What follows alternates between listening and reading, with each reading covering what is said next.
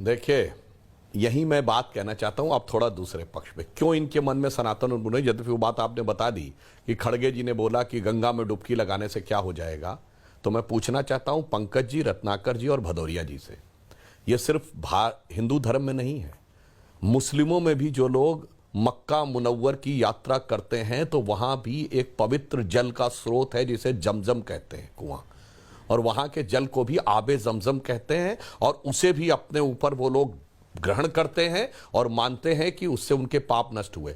औकात हो आप में से कोई किसी के तो चू बोल के दिखाए। जब आप वेटिकन जाते हैं या किसी चर्च में जाते हैं तो आपके ऊपर पोप भी पवित्र जल डालते हैं और वो माना जाता है कि वो आपको सिन से मुक्त कर रहा है। औकात हो आप में से कोई किसी की तो जो उन्मूलन और अंधविश्वास उन्मूलन इस पे बोलने की बात करें। यहां तक कि जो हिंदू फैमिली से जुड़े हुए जो धर्म है, स्वर्ण मंदिर में भी पवित्र सरोवर है और उसकी भी पवित्रता यही मानी जाती है कि वो आपके पापों को नष्ट करता है। आप में से किसी की हैसियत नहीं, यह दर्शाता है कितनी हिकारत भरी हुई है चुन चुन कर हिंदू धर्म से ये नहीं कहा कि गंगा स्नान अपमानित लांछित करने का जो प्रयास विगत 60-70 वर्षों से चलता चला रहा है उस पर। अब मैं एक और पूरी बात सुनिए सर, और आप फर्जी बात, अरे सुनिए तो सर, पूरी बात सुनिए, काहे परेशान है? अभी दिखाया जा रहा है कि स्वर्ग हाउसफुल हो गया। अब ये बताइए, जब भारी संख्या में लोग मरे तो किसी की औकात है कि बोल दे कि जन्नत और दोजख नहीं होता? अखिलेश जी नहीं बोल सकते, सिर्फ वो बोल सकते हैं स्वर्ग और नरक नहीं होता। और अभी पंकज जी ने इतना प्रवचन दिया तो आपने कहा फर्जी बाबा और ये और वो। ये बताइए, मुल्ला उमर तो घोषित आतंकवादी था? हैसियत है कि मुल्ला के बारे में कुछ बोल दें? क्योंकि मुल्ला उमर ऐसा था तो मुल्ला थे। मौलाना मसूद अजहर घोषित आतंकवादी और अब तो संयुक्त राष्ट्र के द्वारा आतंकवादी। भारत कहेंगे मौलाना और मुल्ला में फर्जी आतंकवादी होते हैं? हैसियत नहीं है ये शब्द बोलने की। उनके आगे जाके ऐसे ऐसे सिजदा करते हैं। और जब याकूब मेनन का नमाजे जनाजा पढ़ा गया, जब अफजल गुरु का नमाजे जनाजा पढ़ा गया, जब बुरहान वानी का नमाजे जनाजा पढ़ा गया तो कहा गया वो जन्नत नशी हुए।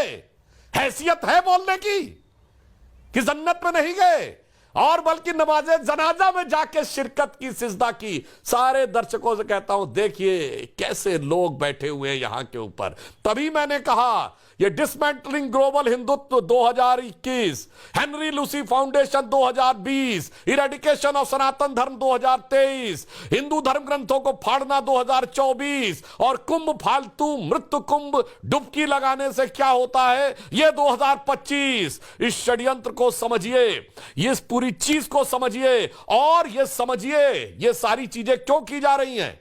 क्योंकि अब यहां पर पंकज जी के मुंह से एक और बात निकल गई।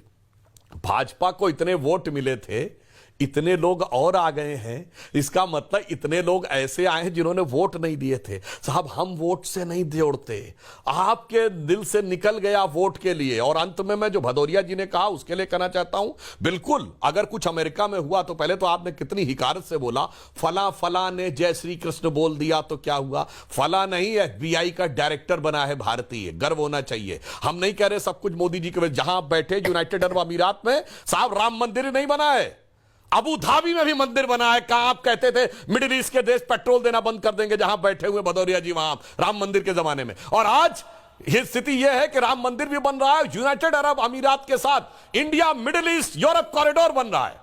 सऊदी अरब के क्राउन प्रिंस G20 के बाद एक दिन एक्स्ट्रा रुक के आ रहे हैं। ये सब कुछ हम ये नहीं कह रहे हमारी वजह से हो रहा है, ये तो भगवान के प्रताप से हो रहा है। जो रामचरितमानस की चौपाई है, रत्नाकर जी आप गौर करिएगा, आप इन चीजों को जानते हैं। हम तो कहना चाह रहे हैं, यह सब तब प्रताप रघुराई, नाथ न कछु मोरी प्रभुताई। ये तब बोला गया है जब भगवान राम ने कहा हनुमान जी से, अरे यार तुम इतनी बड़ी लंका को कैसे वो करके आ गए, आप तुमने तो बड़ा अच्छा काम किया पुत्र।